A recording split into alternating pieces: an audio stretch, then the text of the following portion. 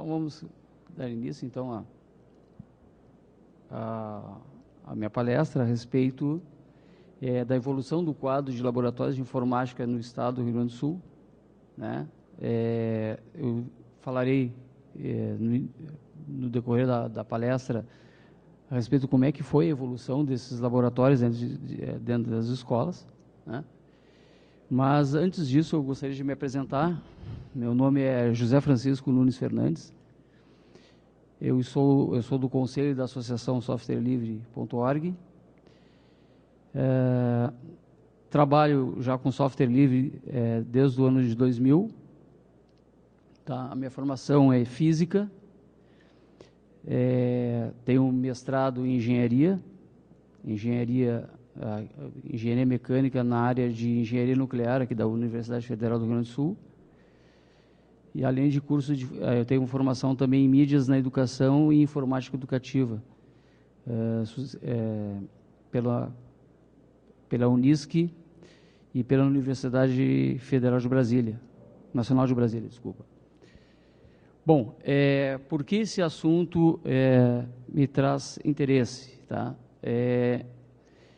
Que, desde o início do projeto ProInfo, todos os estados do Brasil recebiam anualmente ou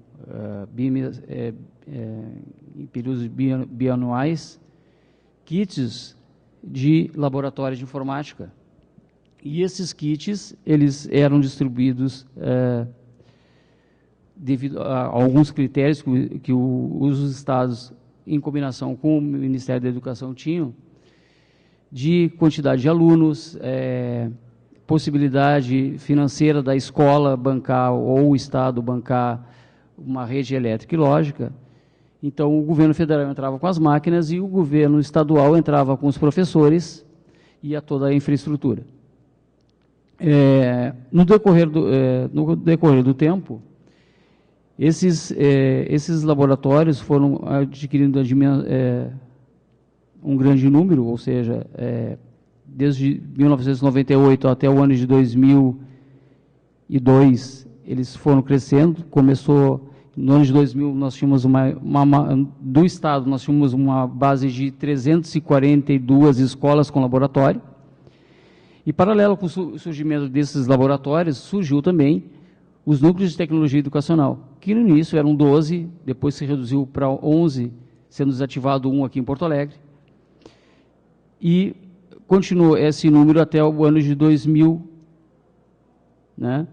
Onde, em 2000, na gestão do governador Olívio Dutra, esses números de NTS foram aumentados para 30, um para cada coordenadoria do Estado. A questão que remete é a seguinte: até o ano de 2006, o censo escolar era medido da seguinte forma: tu distribuía um formulário para a escola, um formulário impresso para a escola preenchia o formulário com várias questões ligadas à educação, número de alunos, laboratório, enfim, uma série de infraestrutura, a infraestrutura que compunha a escola, o número de professores, enfim. Depois vinha esses formulários para Porto Alegre, para as coordenadorias digitavam e depois transferiam esses dados para o MEC. Bom, os dados que eu vou apresentar para vocês hoje, eles são a partir de 2006. E a questão que mais me causa preocupação, provavelmente também para o Estado, é a questão que tem um número crescente de laboratórios. Pode passar. Tá? E esse número cresceu substancialmente. Depois, vou passar um quadro para vocês terem uma ideia. Em 2006, nós tínhamos uma média de 990 laboratórios de informática distribuídos nas escolas. Nós pulamos para 2014 uma média de 2.600 laboratórios. Em 2015, provavelmente, nós chegamos na marca já de 2.700 laboratórios. Esses laboratórios, devido a uma política de governo, eles foram, a maior parte deles agora, são equipados com software livre, né? No caso, o Linux educacional. Só que a questão não é apenas o Linux educacional, a questão é que tu tem um custo, quando tu implementa um laboratório de informática, tu tem um custo. E esse custo, nem sempre tu consegue suprir. Quer dizer, tu tem lá o laboratório às vezes fica fechado, porque tu não tem dinheiro para comprar impressora, comprar cartucho para impressora, porque a maioria desses laboratórios é com toner, tu não tem dinheiro para comprar folha, tu não tem professor para o laboratório, então tem toda uma infraestrutura por trás, tem todo um gerenciamento de recursos humanos por trás, que não se consegue suprir. Não, porque à medida que cresceu uma média de quase 300% os laboratórios, tá? Professores começaram a se aposentar, desistiram da carreira, enfim, então tu não tem gente. E não tem uma efetiva criação de quadro dentro do magistério, concurso público para trabalhar com essa questão de laboratório de informática. Ou seja, o professor que for para dentro de um laboratório de informática, ele simplesmente vai pegar, além de trabalhar, ele vai ter que trabalhar mais 5 anos, porque ele vai ser, o laboratório de informática é considerado setor dentro do Estado, né? Então ele vai ter que trabalhar mais 5 anos, a carga horária dele, como é setor, então vai ser 40 horas, ele não vai ter tempo de preparar conteúdo, porque esse é o formato que é feito no laboratório. E, ao passo que, por exemplo, nos NTS, nós temos 30 NTS, dá uma média nós temos 2.800 escolas, então se vocês dividirem aí, vai dar uma média de 90 escolas por CRE, por coordenadoria. Então, e tem NTS no Rio Grande do Sul, que tem 2 professores. Então, como é que 2 professores vão atender 90 escolas, que tem laboratório, vamos supor, né? Então, o que me trouxe aqui hoje para tentar dialogar com vocês a respeito disso, porque essa é uma das preocupações que o pessoal que trabalha com educação dentro da ESL, ou enfim, que tem pessoal que trabalha com robótica, outros trabalham com outros tipos de projeto, né, dentro da escola e pertencem ao quadro de sócios da ESL. Mas essa visão que nós tentamos passar justamente no evento, porque é um local de debate, enfim, né, é uma preocupação que nos carrega. Uma questão é a seguinte: eu trabalhei na Secretaria de Educação até 2008, eu não pertenço mais ao quadro do Estado, eu estou aposentado do Estado, eu não falo em nome da Secretaria de Educação. Então, pode passar o slide até o quadro que tem, o penúltimo slide, tá, por favor. Penúltimo. Tá? Esses dados, tá, que eu estou apresentando aí, eles são públicos, tá? Não é exclusividade minha conseguir esses dados, tá? Esses dados vocês podem conseguir mediante e-mail para a Secretaria de Educação, tá? Eu tenho alguns dados porque eu enviei e-mail para lá e solicitei mas qualquer cidadão pode fazer isso, né? Então, não é uma questão assim de eu ter os dados, não. Acontece que eu me preocupei com isso, porque assim, o modelo que é apresentado, que é aquele modelo assim, o aluno sai da sala de aula, vai para o laboratório e sai, né? Isso talvez seja interessante, por exemplo, quando dá uma disciplina de física ou química, que tem que ter né? E eu sou partidário que o laboratório de informática tem que ser um local aberto, tem que ser um local de produção, que o aluno possa entrar, sair, tem que ter uma pessoa lá responsável pelo laboratório.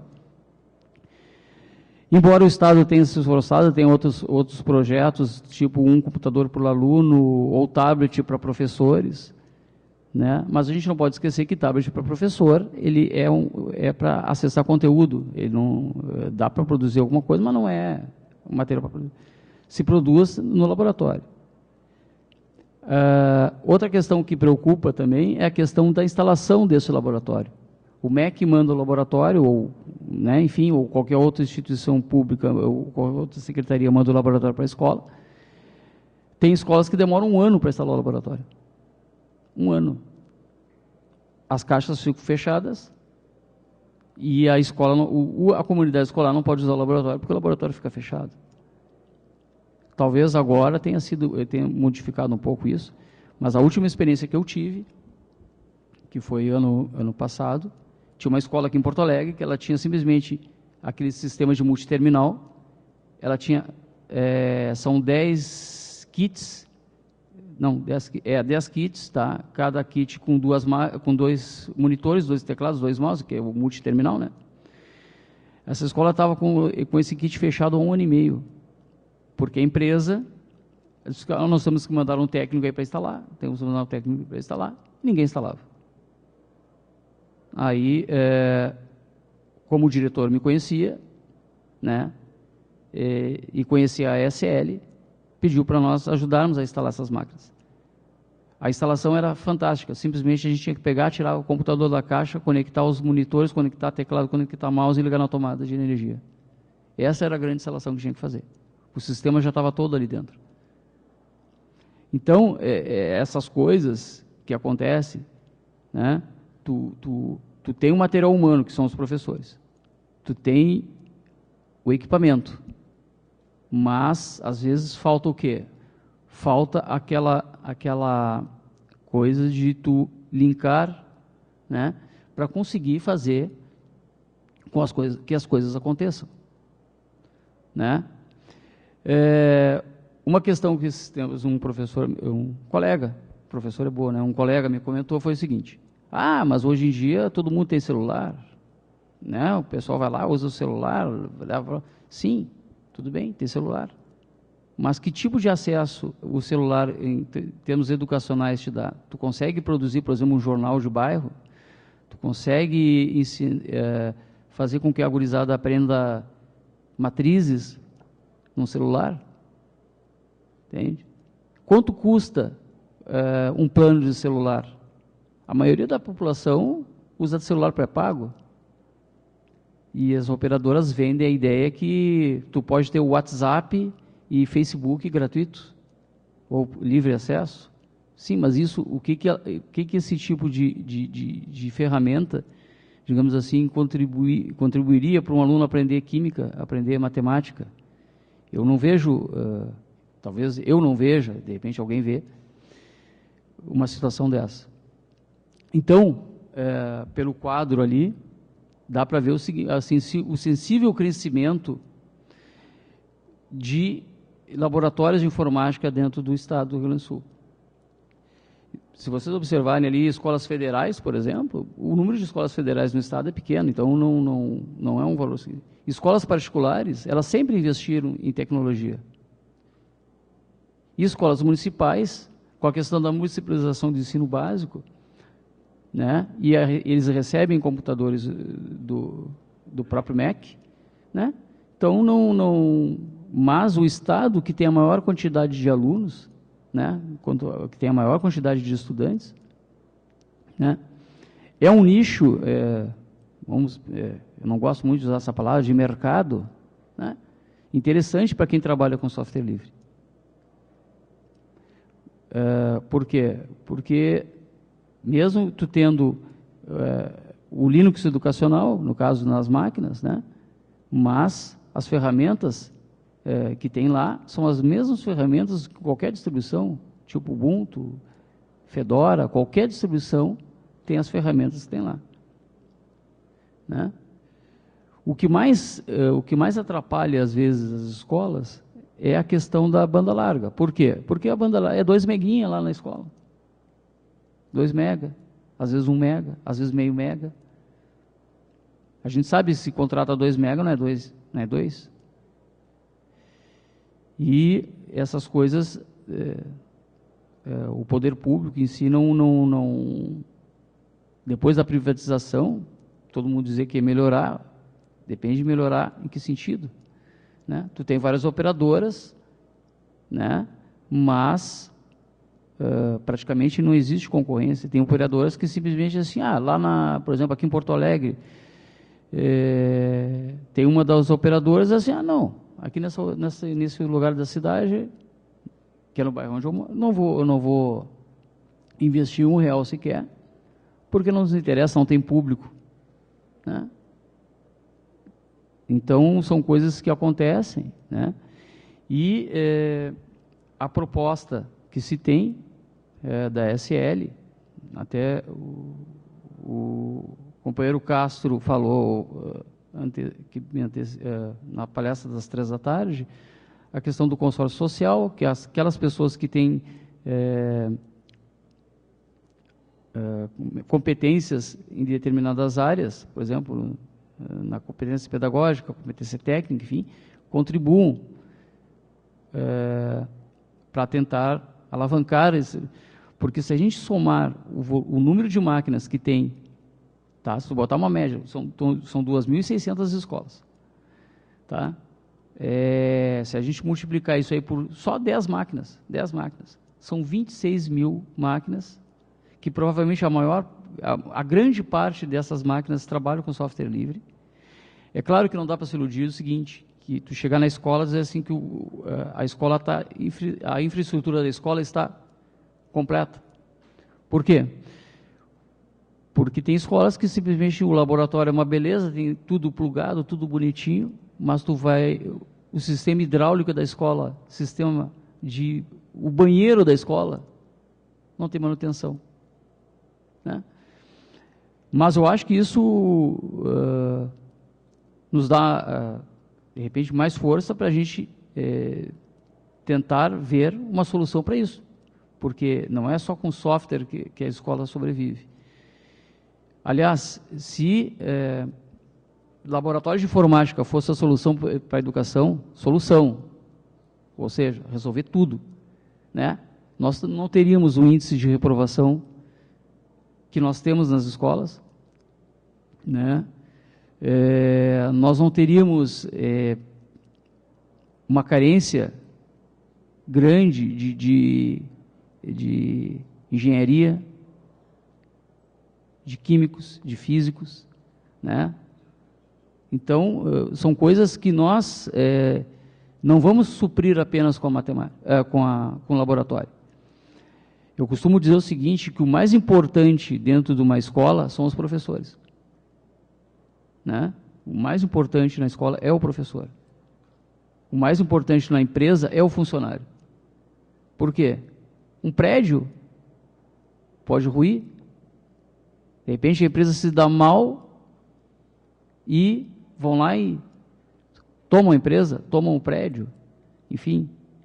Mas o conhecimento que o funcionário, o professor, tem agregado a ele, né? Esse aí, se investirem na formação do professor, né? Na formação do professor, eu espero, né, que a gente consiga utilizar esse material que já foi comprado, já foi gasto, enfim, né, melhorar. Claro que precisa ter o investimento, né? Precisa ter um investimento. Nós temos mais ou menos na rede estadual 80 mil professores. É muita gente. Sem contar a rede municipal e a rede particular, né? Mas a rede particular, para nós, é uma coisa assim, é particular,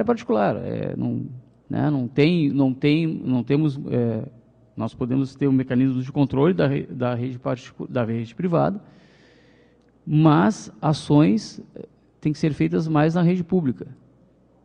A rede privada pode entrar como parceira, mas ações têm que ser feitas diretamente na rede pública, né? Um comentário que eu queria fazer com vocês é o seguinte: nós, Brasil, estamos muito acostumados assim, campanhas, Criança Esperança, né? Então, por exemplo, Criança Esperança de quê? Que tem uma escola melhor, que tem uma saúde melhor, mas para a criança só resta a esperança, né? Só resta a esperança. Para o adolescente só resta a esperança, né? Por enquanto. Eu acho que quando a gente entra para a escola, enfim, até não... fugindo um pouco, quando a gente investe no profissional que está lá, no professor que está lá, eu acho que nós poderíamos ter grandes avanços. Uma outra questão que eu queria comentar com vocês é a questão de nós, da Associação Software Livre, há uns 2 anos atrás, nós propomos para a Secretaria de Educação do Estado do Rio Grande do Sul um projeto que diz respeito a nós reunirmos 4 ferramentas, uma que a associação ajudou, né, e 3 processos e 3 projetos da comunidade, né, para a Secretaria de Educação, né. Esses projetos ainda estão à disposição da Secretaria de Educação. Esses projetos, muitos deles têm comunidades que trabalham em cima deles. Um é para videoconferência, o outro era um Moodle. Nós nos propomos a dar formação para esses professores, com o auxílio da comunidade. E o importante, todo mundo remunerado, não é questão de trabalho voluntário, é trabalho remunerado, é serviço. Não é vender solução. Já existe os aplicativos, já existem os softwares, né? Então nós não íamos vender para a Secretaria software. Aliás, é incompreensível tu vender software, né? Uma coisa como vender licença. Licença é uma coisa que passa, né? Incorpora patrimônio, desvaloriza. Eu vou vender um computador, por exemplo, olha, eu te vendo o computador por 1.000 e te vendo a licença do software por 2.000. Troço, né? Então, a ideia nossa sempre é vender serviço, é vender,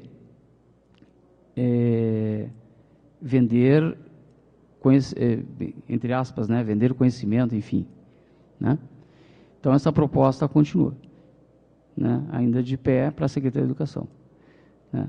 Não sei como é que vai ser a questão não sei como é que vai ser o futuro a respeito disso, tá? A questão de laboratório é uma questão que preocupa no seguinte sentido: quem vai dar suporte em Linux para esses laboratórios? Porque muitos deles têm Linux Educação, mas quem vai dar suporte? Para vocês terem uma ideia, tem o NTE aqui no Rio Grande do Sul, o NTE de São Borja, até no passado tinha um professor para atender 70 ou 80 escolas. Um professor. Nenhum técnico.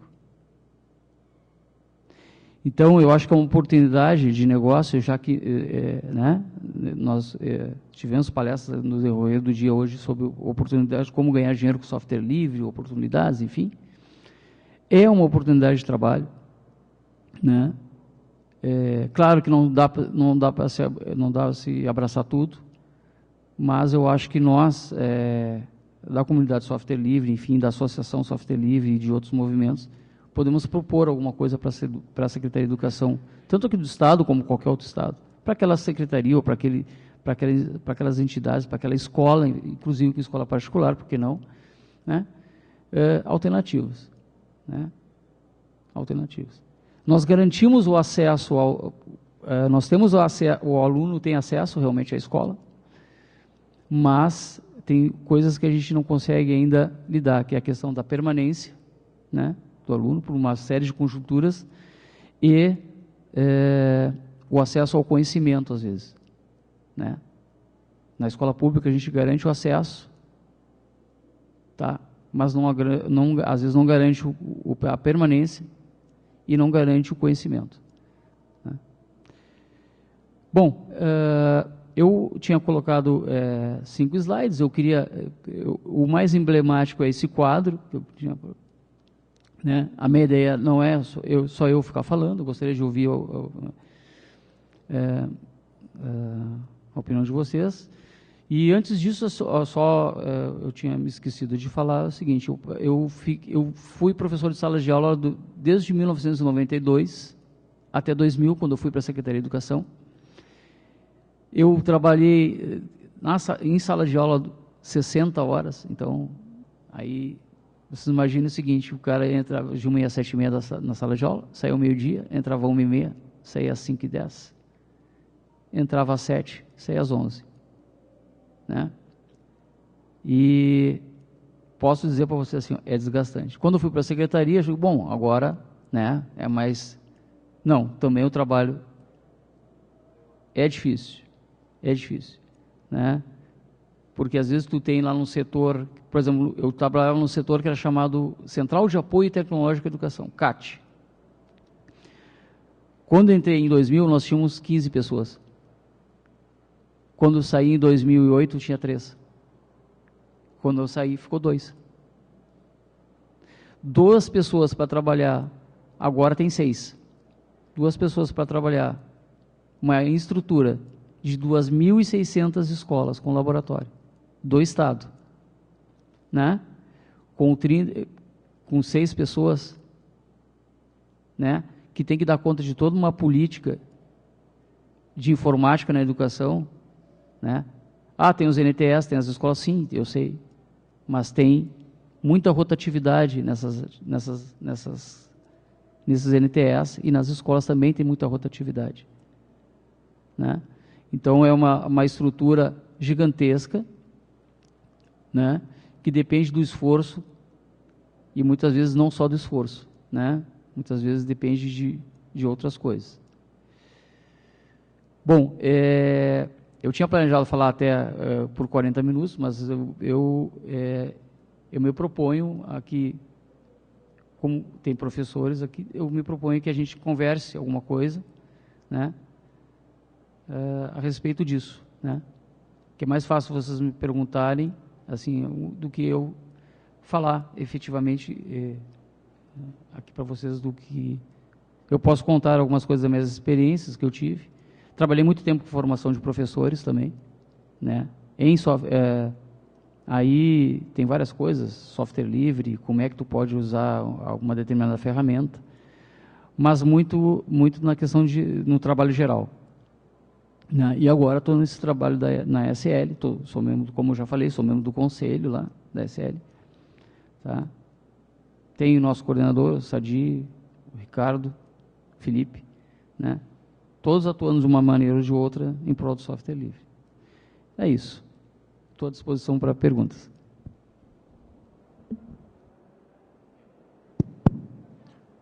Bom, alguém tem alguma pergunta para fazer? Lembrando também que nós temos as perguntas podem ser feitas pelo aplicativo do Macadu.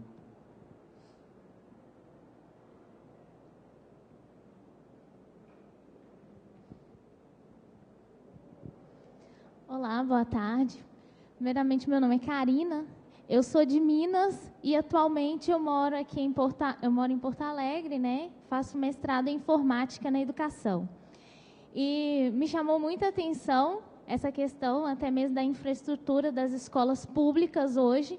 E a minha experiência é de vinda da rede municipal de Ipatinga, em Minas Gerais, e também da rede estadual de Minas Gerais, onde eu trabalhei o ano passado.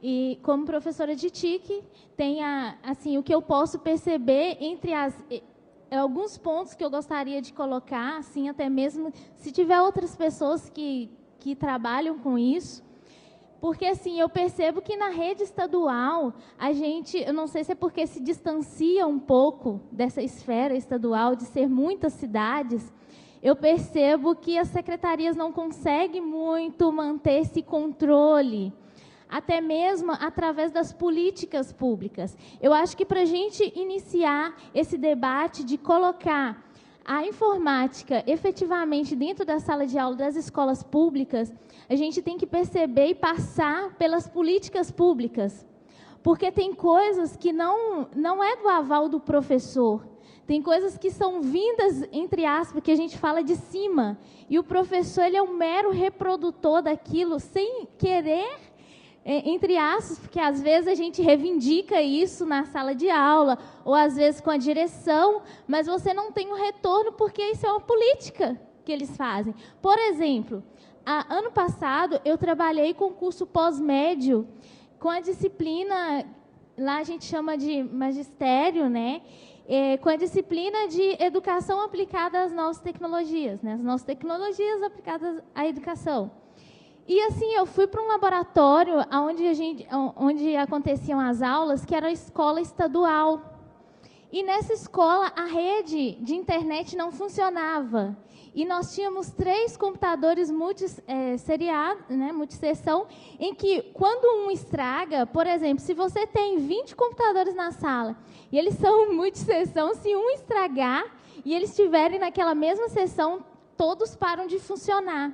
E a gente tinha muito esse problema. Então, nós tínhamos, assim, às vezes, deixava tinha algum problema, né, seja um mouse, seja uma configuração, outros 4 deixavam de funcionar. E, assim, eu tinha uma turma de 19 adultos já, que estavam ali, que estavam sendo formados para trabalhar com a educação infantil, que a gente sabe que também tem todo esse processo. Eu acredito muito na questão da informática para o desenvolvimento também cognitivo, né? Eu sei que a gente precisa ter um certo cuidado também, né? E não colocar isso como centro de tudo, mas que isso colabora, eu já percebi pela minha prática escolar, que colabora muito. A gente tem que saber mesclar e trabalhar e buscar aquilo que realmente faz parte e que pode agregar essas crianças. Então, assim, nesse laboratório, eu solicitei a assistência técnica da Superintendência Regional de Ensino, a qual pertencia a escola. E tem um NTE dentro dessa superintendência, e a regra estadual é a seguinte: você não pode mexer em nada, por mais que você tenha um conhecimento. Vamos supor, eu sei que é um mouse que não está funcionando, e eu posso tirar esse mouse, jogar fora e pegar um mouse novo e colocar ali. Eu não posso fazer isso. Pela legislação que constava, vamos dizer assim, na superintendência, pela documentação, fala que o professor ele não pode mudar esse mouse. Uma placa que queimou, e vamos supor que eu saiba como funcione, e eu queira fazer isso gratuitamente, porque eu preciso da minha aula e eu preciso desse computador funcionando. Então, o que eu tinha que fazer? Eu não podia fazer nada. Eu fui até a diretora fala o seguinte: não, a gente não pode contratar técnico fora, porque a regra, ou seja, a política que veio da rede estadual, diz que você não pode, a escola não podia contratar fora. Hoje, eu voltei lá em março, isso ano passado. Então, esse ano eu voltei na superintendência, e eles já mudaram algumas coisas, saiu uma nova normativa do governo estadual, em abril desse ano, isso em Minas Gerais, falando que já podia, se a escola quisesse contratar um técnico fora, poderia ir mudando algumas questões da normativa anterior. Então, o que eu pude perceber? Tem coisas que não são do nosso aval e que, de certa forma, nós sofremos influência. E que nós temos, eu acredito que a partir do momento que você trabalha nisso, um certo poder de reivindicar isso vamos dizer, às esferas que se compete àquela escola. Então, eu acredito que a gente tem que trabalhar em cima das políticas públicas. É um dos focos, assim, de se mexer em algo e dizer, olha, nós estamos fazendo, isso é legal que nós estamos fazendo, isso consta até mesmo para você reivindicar aquilo que você quer. Eu preciso disso, a internet não funciona, como que eu faço? Quem que eu procuro? Né? Então, são algumas normativas que o professor fica engessado, por causa que não é da parte dele, isso não vem exatamente dele, vem de outros setores e hierarquias que ele tem que seguir. Acredito eu, assim. É que, no caso, por exemplo, se nós pegarmos o caso de escolas particulares, essa questão da informática na educação, ela é assim, tem muitas escolas que vendem, a educação ela é vendida, ou seja, tu chega na escola e diz, tem laboratório de informática? Minha escola tem, então tá. Então, meu filho pode ficar aqui porque ele tem laboratório, ele vai ter informática, enfim, ele vai ter aula... o pai acredita que o filho, tendo aula de informática na escola, e tem lá um portal educacional, porque a empresa tal vendeu aquela solução que é linda e maravilhosa, tudo bem. No caso do Estado, a coisa é um pouco mais complicada, por quê? Porque no Estado nós dependemos de outros tipos de mecanismo. Mas nós tivemos uma experiência aqui no Estado que foi chamada de constituinte escolar, também no governo. Eu quero dizer assim, em primeiro lugar, eu digo que foi no governo Olívio Dutra, porque foi no governo Olívio Dutra. Nós não tivemos nenhum outro tipo de experiência do tipo constituinte escolar, tá? Onde o professor foi ouvido. O professor, geralmente, o professor da escola pública, ele não é ouvido. A única coisa que lembro do professor de escola pública é quando ele chega e faz greve. Quando ele faz greve, então, parece que é uma... Aí todo mundo se dá conta, mas meu filho vai ficar sem aula. Mas o filho, às vezes o filho daquela pessoa fica sem aula porque a escola não tem um banheiro funcionando. O transporte escolar não foi pago lá para o cara que faz o serviço de transporte escolar, então uma criança que tem que se deslocar 20 quilômetros para estudar, ela não consegue ir porque simplesmente não tem o transporte escolar, porque não deram conta do recado. Às vezes não tem aula de física e matemática porque não tem professor de física e matemática o suficiente. Então não é só no momento da greve que o professor faz falta.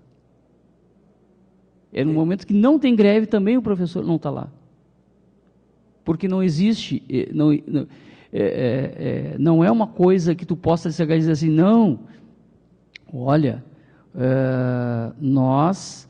o professor, tu vê, tá todas as disciplinas cobertas na escola, os professores estão de greve porque estão precisando de salário, querem melhorar o salário.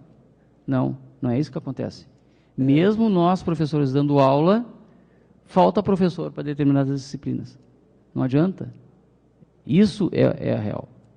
E se falta professor para determinadas disciplinas, falta técnico de laboratório, falta professor que trabalha com os alunos no laboratório, e mesmo que se diga assim, vamos trabalhar integrados, tu precisa de alguém, enquanto esse estágio não é vencido, tu precisa de alguém que te oriente dentro do laboratório. Nós temos formação no Estado, é verdade, a gente tem formação. Seguidamente, o pessoal dos núcleos de tecnologia educacional tem algum tipo de formação. Fernandes,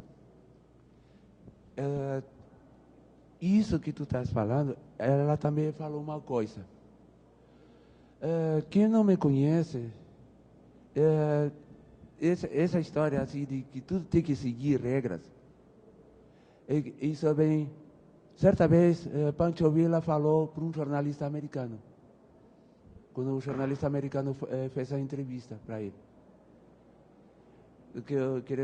dizendo, o espanhol é bom.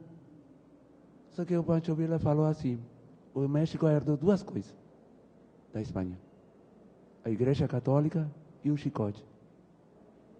E a mesma coisa o Brasil. O que herdou de Portugal? O exemplo é bem claro. Para tu mandar uma carta, tu mora em Minas Gerais, correto? Teus pais moram em Minas Gerais. Se tu quiser mandar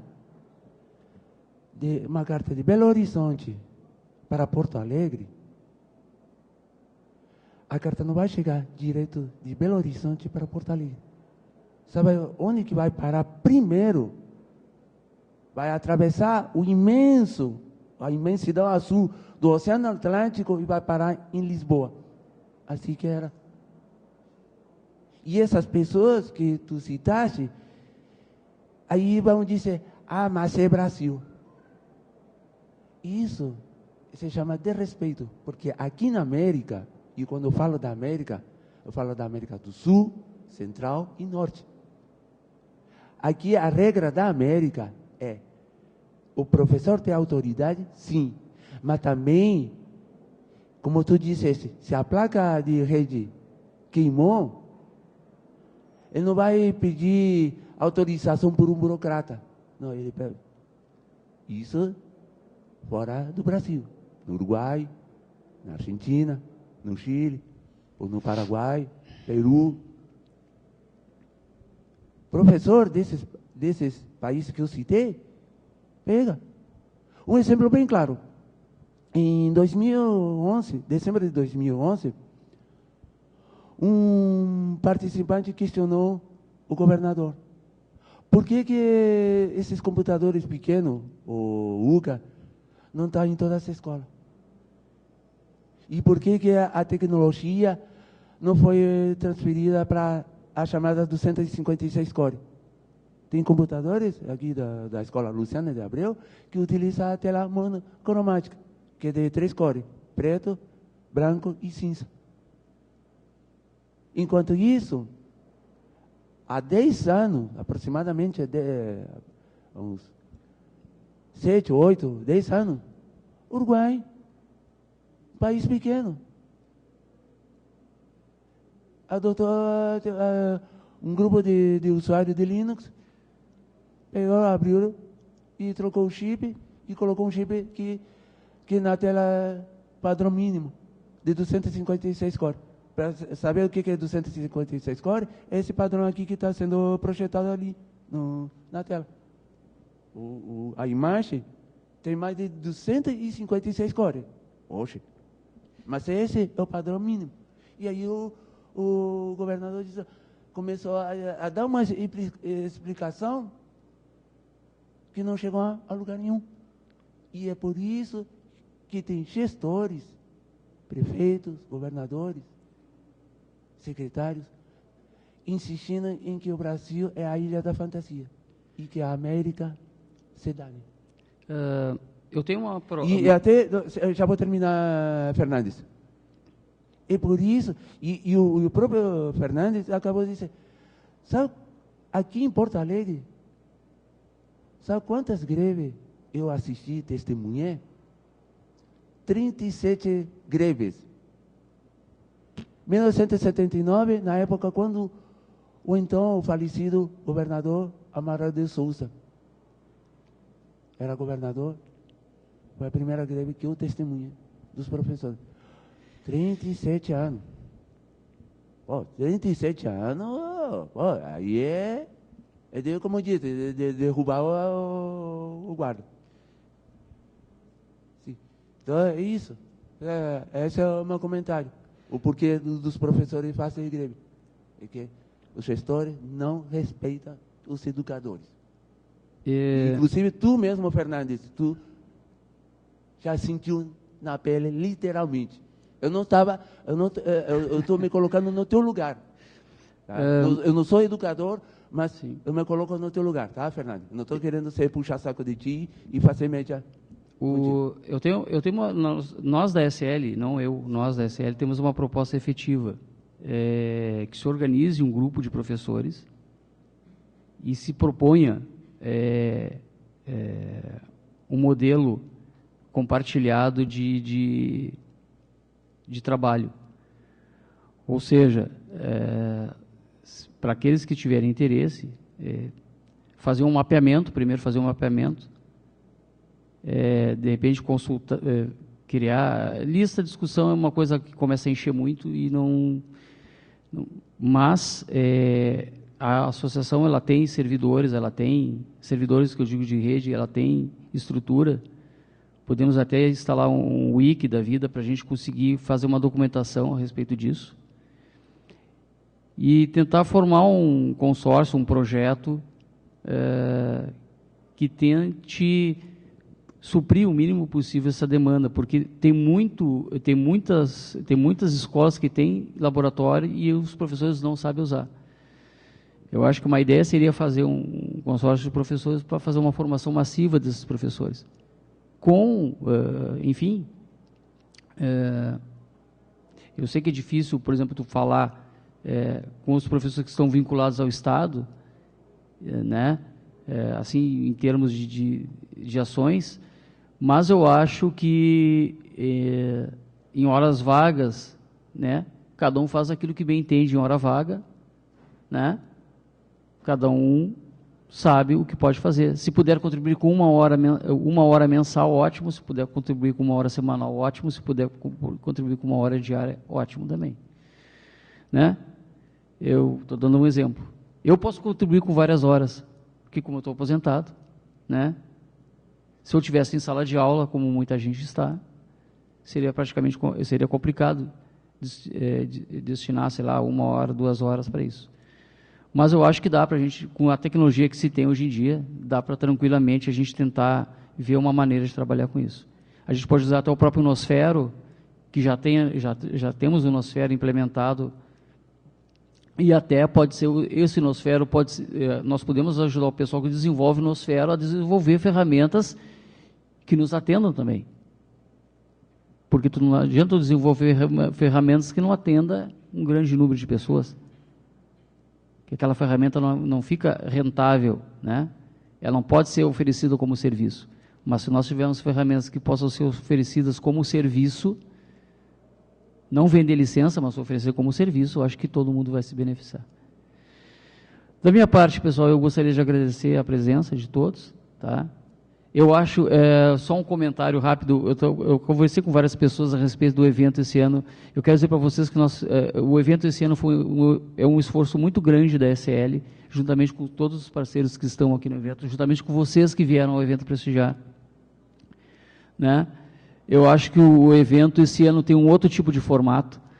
Tem um amigo meu que brincava e dizia assim, olha, pessoal, quando eu ia fazer formação no interior do estado, eu pensava, às vezes, pô, tia, olha, a formação é legal, mas o mais legal é a conversa com todo mundo. O mais legal é a reunião na galeteria lá, que a gente consegue comer um galeto, conversar bobagem, conversar assuntos que nos interessam, enfim. Então, da minha parte, eu gostaria de agradecer imensamente a presença de todos, tá? Se eu não conseguir, eu peço desculpas se eu não conseguir transmitir, passar para vocês todas aquelas informações que eu gostaria.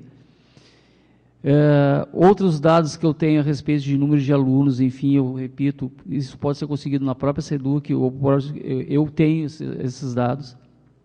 Se vocês quiserem, eu posso compartilhar, não tem problema nenhum. Não tem nenhum segredo de justiça, não tem nada disso, né? Não tem nenhum segredo industrial. Simplesmente a gente compartilha, né? Eu sozinho não vou conseguir fazer nada. Sozinho, eu garanto para vocês que eu sozinho não tem como. Agora, a associação, juntamente com os professores, juntamente com um grande número de pessoas, a gente consegue fazer alguma coisa.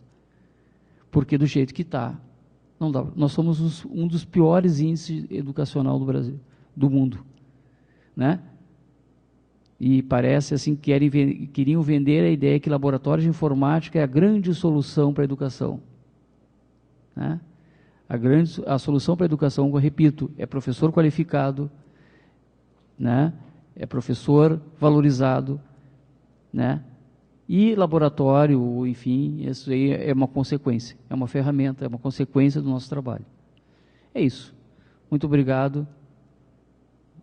Boa noite.